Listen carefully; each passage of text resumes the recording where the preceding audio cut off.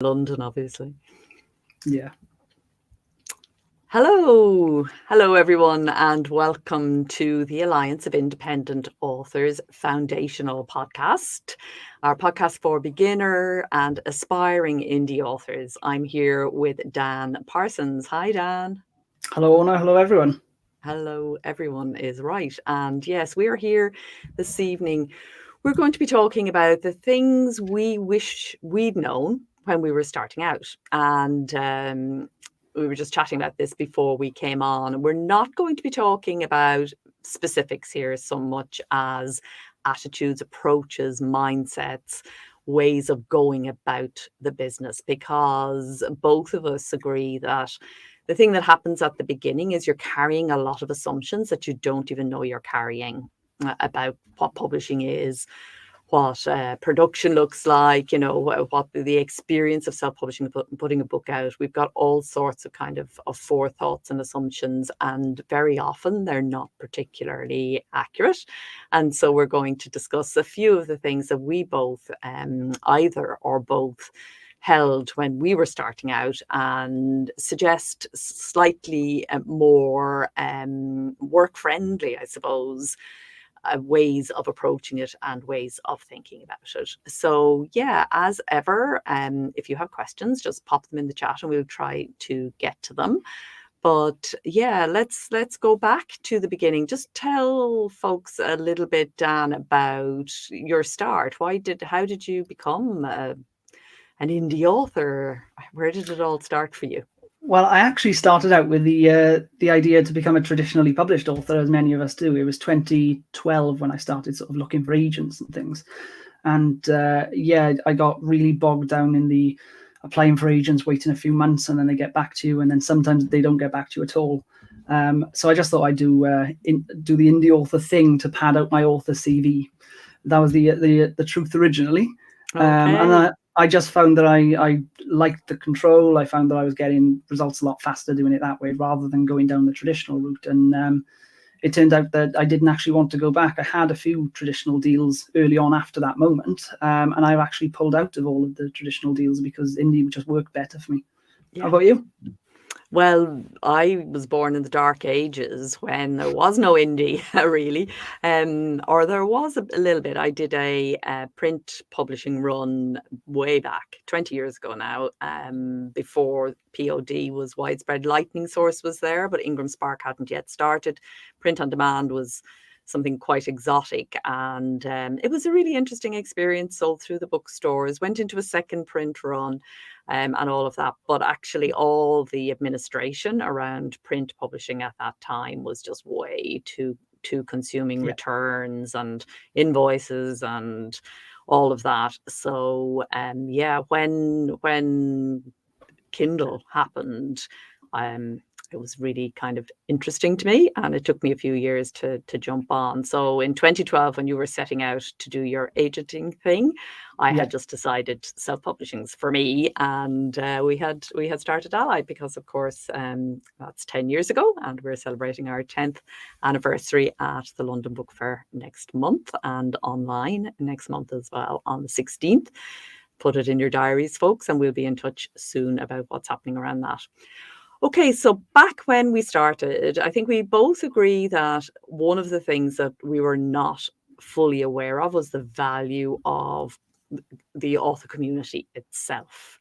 So speaking for me, just to start, I used to read every book written about writing, first of all. And I used to, subscribe to Writer's Digest and other writing magazines. And the library was my writing community. It was writers who wrote about writing, because the internet didn't exist, and that was it. And it was quite a lonely job in that sense. And you were relying on what the trade publishing industry decided was a good book about writing, and that was it. So that when actually the whole internet, social media thing happened around writing, and all of these dynamic and hardworking and engaged indie authors started to come to the surface. It was incredible because the wisdom up to then had been writers just want to sit in a room and write. And actually, what happened, what we saw really clearly was that a huge number of writers actually want to talk to each other. So yeah, what was your thought around community, or how did it affect you at the beginning?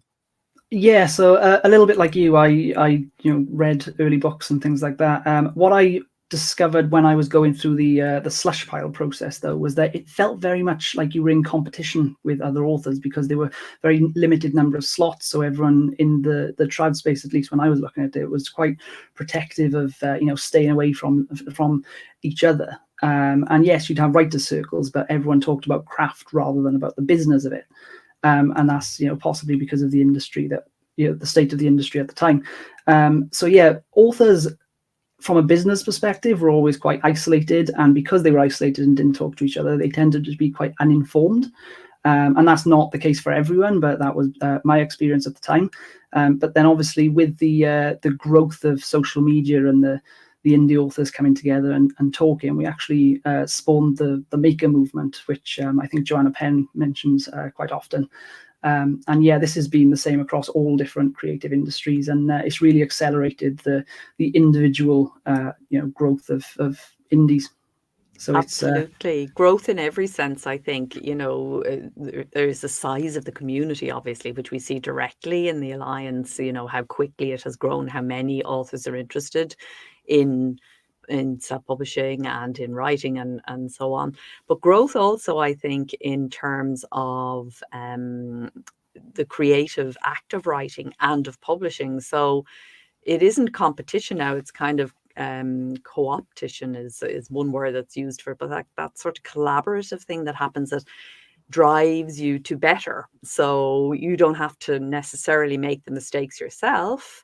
You talk to each other about what's happening, and there's an informal mentoring that happens in ALLi, which is really incredibly amazing to watch. And it's not just at ALLi, it's in loads of author communities all over the internet, where those who are a bit further ahead on the journey are always reaching back and giving the information to people who are setting out, who don't know what they wish.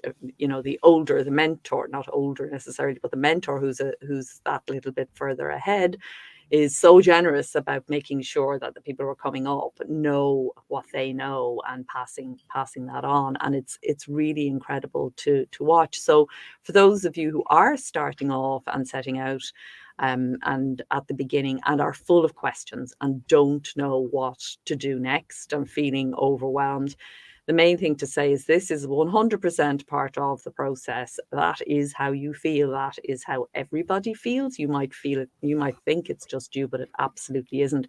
So do ask your questions. At ALLi, we have a Facebook forum that only members are involved in. It's a very safe, closed space. Anybody can ask any question, as many questions as you like. We don't mind if you ask 20 in a row. It's absolutely fine. Use that incredible resource of the author community, because I wish I'd known at the beginning just that was there and that was waiting. I wish I had it when I was starting out, and in Lonely Land it would have been amazing. Yeah, I mean, if 10 authors all make one mistake each and they're all individual mistakes, just by learning from each other, you can jump 10 steps ahead of where you would have been if you were making them all yourself in a row.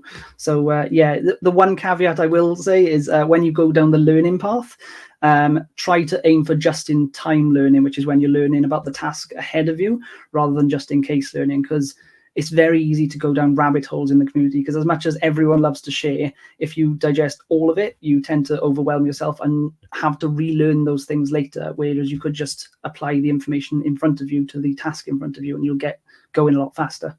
Absolutely. And everything we do in ALLi is divided across the 7 stages of the publishing process. So editing, design, distribution, Production, marketing, promotion, and rights licensing, and it's designed to be done in that way so that you meet the need, as Dan says, just in time instead of just in case. That's neat. I hadn't heard that one before.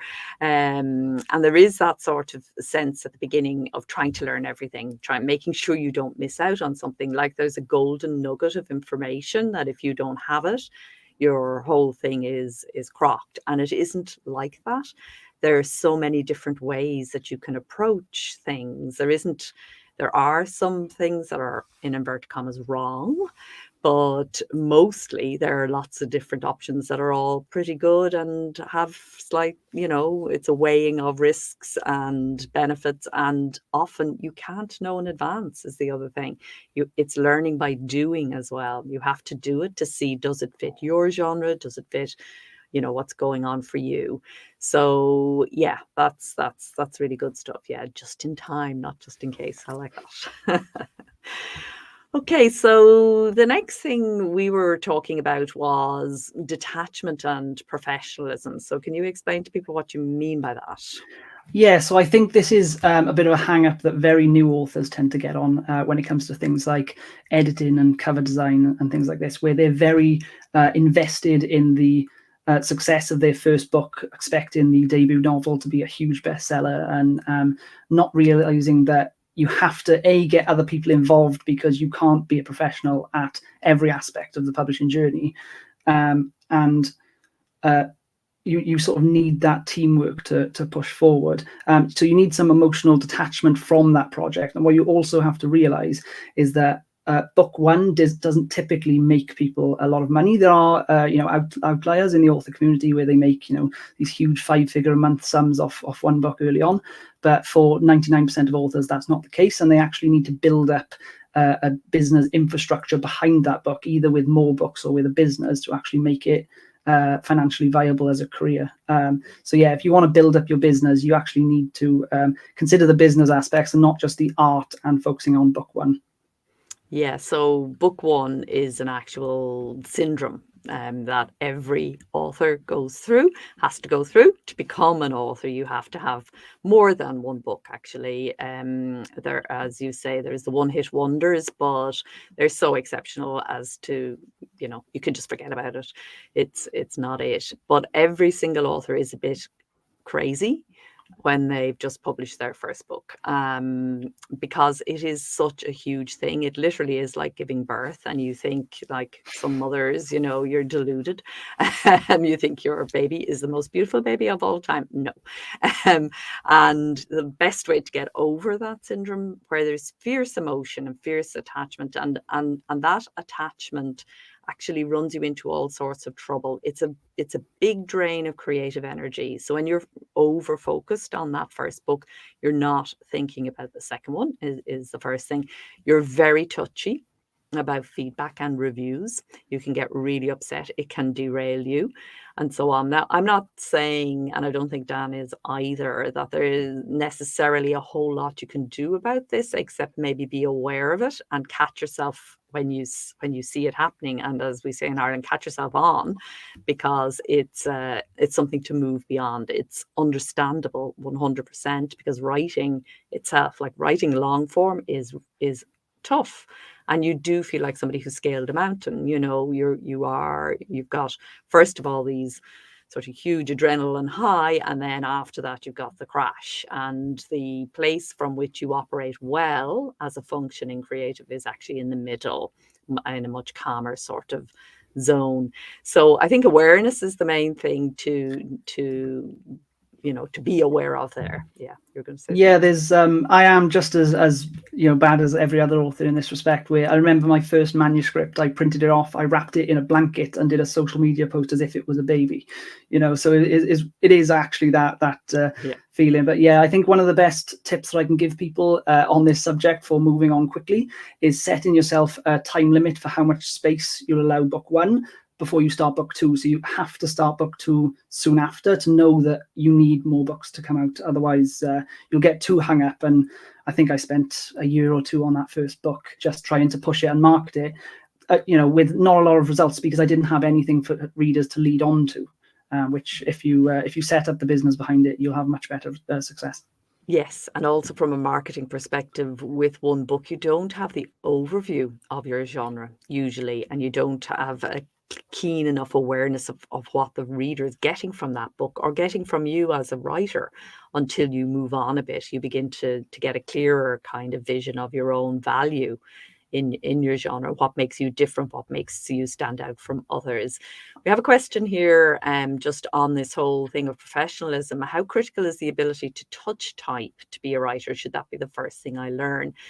It was the first thing I learned. I went off and taught myself how to touch type, but that was in the pre word processor days, never mind pre-speech to text days. So, you know, now you can speak your words into a word processing program. So touch typing, I would say, is not as essential as it was at all. I would not, you know, spend a lot of time on that, I think, if I was starting out now. What do you think, Dan? Yeah, I mean, as someone who's got an Olympus voice recorder and Dragon dictation, so I have experimented with that a little bit. It is remarkably accurate now. So I think mine works at 95% plus accuracy, and I'd say it's probably 98%. So yeah, you will get the odd word that will be slightly off what you meant to say. And it's possibly a little bit worse for me with the Welsh accent, but you know, it's fairly accurate. So if you are not a particularly fast typer, one, you don't need to be, because you know, as long as you're fairly proactive and efficient with your time, you can still write a book reasonably quickly. Or if you don't want to go down the typing route as much as you need to for a first draft, then you could go with dictation, because it is very effective. Yeah. So it's not something you'll regret, touch typing. Having said all that, you know, I'm really glad I have that skill, but I wouldn't, if you're at the beginning with an awful lot to learn, it may not be your number one focus. The most important thing, I think, at the beginning in terms of writing is to establish flow.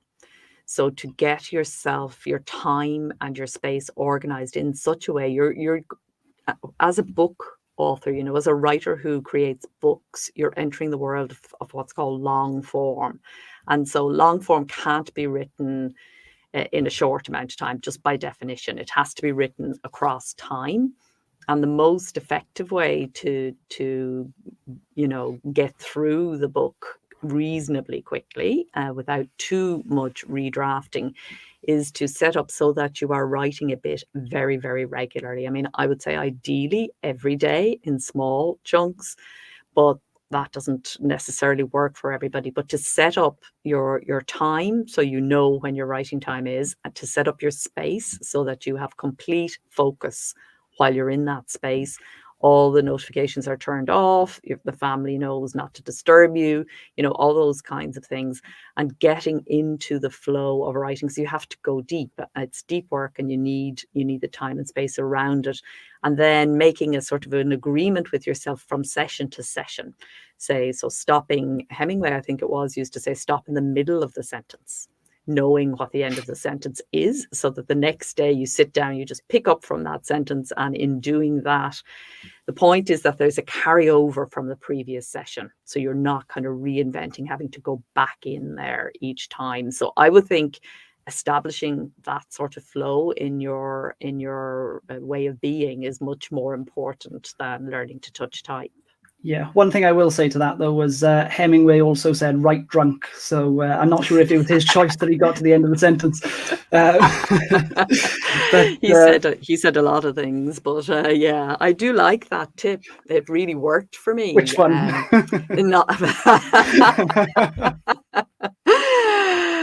Yeah, the one about stopping in the middle of the sentence and never write drunk. It's bad enough writing in the middle of the night and waking up and seeing your brilliant note that you wrote in the middle of the night. It's absolute gobbledygook, but drunk writing is poor writing, generally speaking. But I do like. I did like that other tip, which was about stopping in the middle of the sentence, because there's something about it that the next day just bang, you're off again, kind of thing. If you give yourself a word count limit as well, that's really good, because you know you have to get into the flow state to get to 1,000 words, for example. So if you're just doing 200 or 300 words, you may not have actually got out of the jarring early phase of trying to break into writing. So yeah, if you give yourself a longer word count goal per day, it can help you get into flow state. Great. So we might do something specifically on flow soon, because it's something that comes up a lot. But today, yeah, we're talking about what we wish we knew at the beginning. So yeah, I guess to summarize the last topic, it's essentially to say that thinking about yourself as a publisher as Yes. well as a writer from the start. So thinking about, when you take off your writing hat and put your publishing hat on, you think about things in a very different way. So bringing that in to plan, to make realistic plans, to have goals, to, plan forward, to aim for consistency, and also to get help and to outsource stuff that you're not good at. All of that will help to develop the kind of detachment you need so that you don't get stuck in one book land. Yeah, and it is, if you're thinking like a publisher, this is another thing that we wish we knew from the start, is the importance of branding. So what a lot of us do, following our creative muses, is often we'll genre hop from one book to another, and we won't stick to one series. And I'm a classic example of this. I think my first 4 books were in 3 different genres, and they were 4 different series openers. So it's classic for a lot of new authors to do that. And if you have a publisher, like a lot of traditional authors do, the publisher will be the people who will focus you on one series, so that they're saying, you should really finish this series before you move on to something else. But as indie authors, we have complete freedom, which can be both a good thing and a bad thing. But the one thing we need to focus on is you need to build a consistent brand as quickly as possible. And the best way to do that is to stay in the same genre, or in the same cinematic universe is the Marvel term for it, or in the same series. So yeah, focusing on branding, you may want to keep all of your books for a certain genre under one pen name, and then possibly create a different pen name for a different genre, because that can really help fast track you. Even though you'll have fewer books per pen name, the books within that pen name are more consistent, so you'll get better reviews and the right customers being driven to the right books. Absolutely. And there are 2 aspects to this. First of all, there's reader recognition, so that you want them, when they see your cover, to know exactly what you are, what you stand for. And this is another one of those, and that there's linkage between those. And it's also really important in terms of metadata, which is something we've discussed on another show, so that you turn up in the right place and consistently so. And the more you are there, just having what used to be called shelf space, a bigger presence in your genre, is in itself a good thing. So yeah, don't confuse the reader. You really want them, when they come to your website, when they come to your bookstore, when they find you in an online bookstore, you want it to be very clear what kind of book this is, that whether it's a book they like or don't like, so they stick around, or they zoom off. If it's not for them, that's fine. That's exactly what you want. So getting clarity around all that stuff as early as you can. Now, it's again a process, and it's again a learning by doing. You don't, just by deciding, okay, branding's important to me, it doesn't just then suddenly, oh yes, the fog clears and everything, you know what to do. Very occasionally, just the conversation is enough. Mostly it's a matter of going through the process and realizing, oh yeah, I thought that was in the same genre, but actually it's really, it might be in the same broad genre, but it's so far from the niche where I am, and the value and the things I was talking about being important in the other book, that actually it's quite different. So, and that's particularly with standalones, because not everybody writes series. I know the advice is to write series, but sometimes a book just won't come as a series. It just is a standalone book. And if you write standalones, everything is a bit more challenging. And the thing is that the author name becomes the brand then, rather than the series. So it's a different way of approaching it, and both are completely valid. The sooner you can know which kind of author you are, the clearer everything gets. So I suppose what we're saying, what we wish we knew back at the beginning, how important branding is, and to give it the time to think about it and integrate it into your creative process. Yeah, absolutely. So the next thing then that we wish we'd known about is what publishing calls the backlist, which basically means any book that you're not publishing now or planning for the future.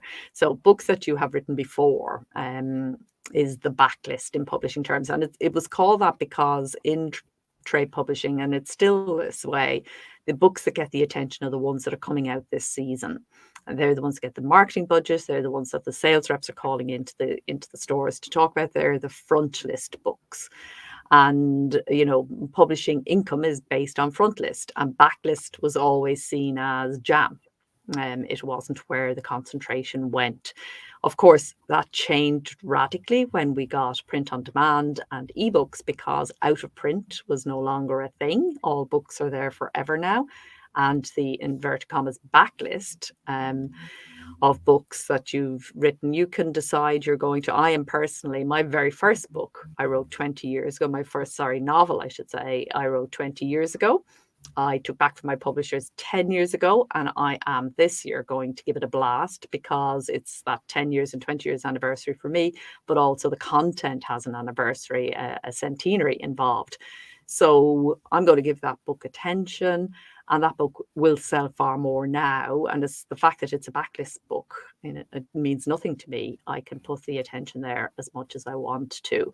So I think, what I wish I had known, I was very much imbued with trade publishing think, because I came from that background when I came into self-publishing. So I did a lot of things that I carried over from what I knew about being a traditionally published author that I wish I hadn't done. And this is one of them. I wish I had realized sooner how important it is to keep all your books going.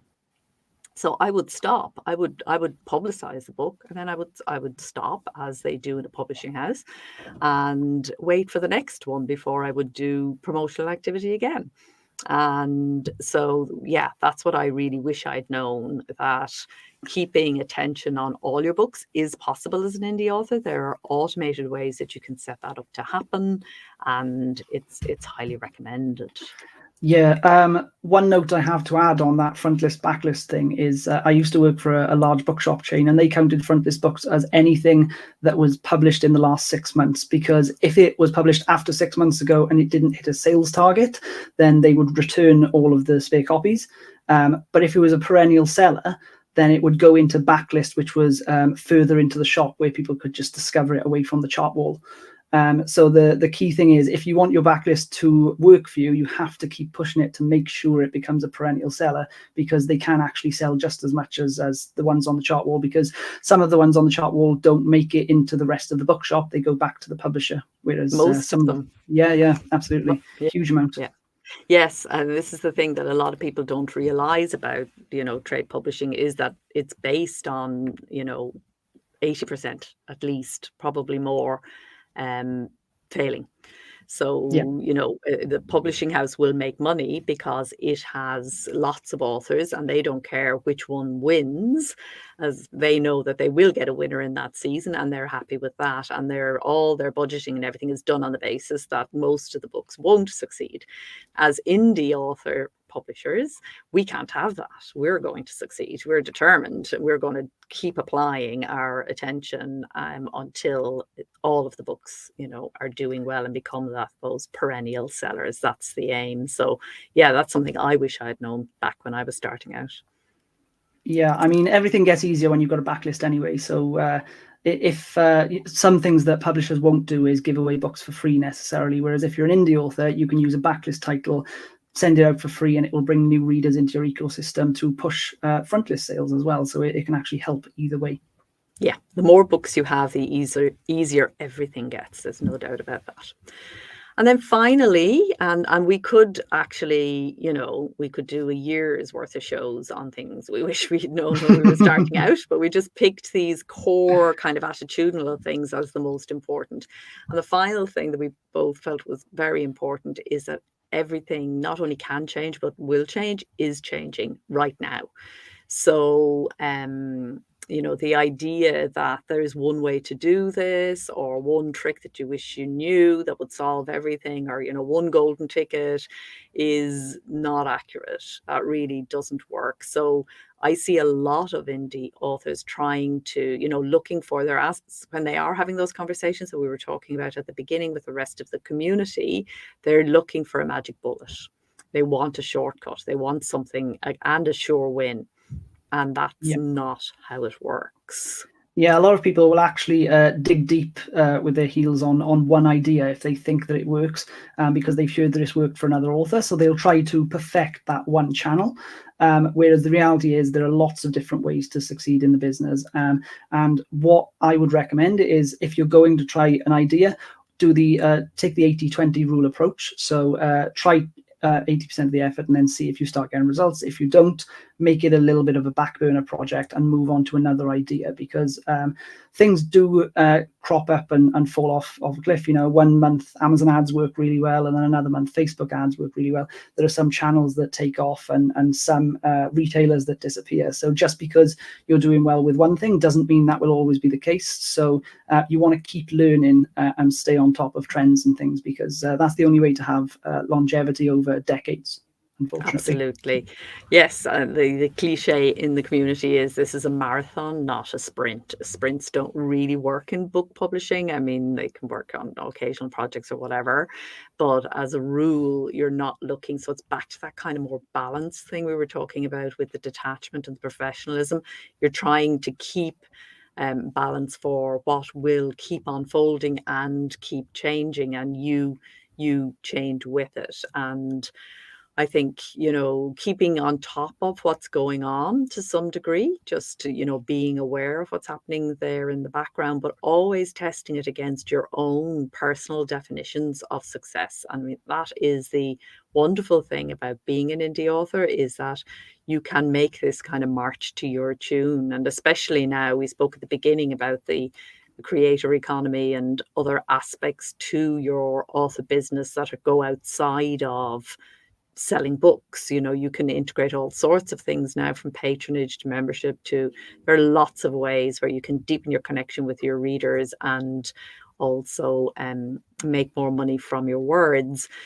But keeping that awareness and staying on top of things, I think that's the a general sort of awareness, but most of all knowing what you need yourself and what your readers need, and bringing those two things together. So I wish I had stayed more core when I think about my own author business now. I'm not talking so much, obviously at ALLi we have an absolute requirement to know about everything that's going on as much as we possibly can, but for me then to kind of winnow through that and to only stay with what is actually right for me has been at various points has been quite challenging. So I think keeping the awareness, and also I think on this everything changes theme, when things go wrong, that's fine. It doesn't matter. It's changing anyway. So you change as long as you go in with that kind of growth mindset and change mindset. You can't go wrong. Yeah. Publishing tends to go in cycles where you have ups and downs, but the more you learn and the more experience you acquire, you can actually trend upwards even if there are ups and downs along the way. So as long as you keep learning, you can keep growing. That's great. And one more question again from the same questioner here. Which software would you focus on when starting out as a word processor? The one we recommend is Scrivener.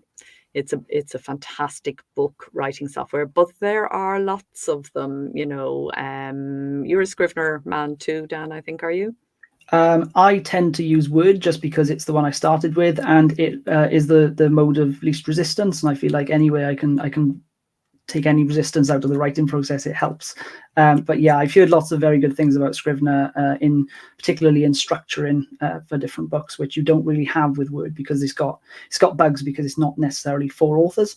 But yeah, if you find a word processing system that isn't necessarily recommended by other people, but it works for you, I would recommend that. Yeah, so this is the perfect example now of what we were just talking about a moment ago, because Microsoft Word, I absolutely adored it when it came out first, because before that, literally cut and paste was cut the piece of paper and paste it back onto a page and type it back up again. That's how you did it. That's how you edited, how you self-edited. It was literally a cut and paste thing. So when word processing came out in the form of Microsoft Word, I absolutely just was over the moon, couldn't believe how great it is. But I have completely moved on from Word. I don't like Word because you just get this long, long, long reams of text. I just feel when I'm in Word, I'm perennially scrolling up and down, forwards and backwards. Yeah. So there you go, two people who have produced a number of books, who have, who write all the time, like completely different software. So we can't tell you the best software. We can only make recommendations. So somebody there remembers Word perfect. Yes, remember that one, which was before Word. I remember that too. They were exciting days when word processing started. But yeah, give Scrivener a go. It's not expensive and it's a one-time license. And so you haven't lost a lot if it's not right for you. It's got some good functions. But yeah, as Dan says, the easy thing might be to just hop on Microsoft Word and start talking your words in, and off you go. All right.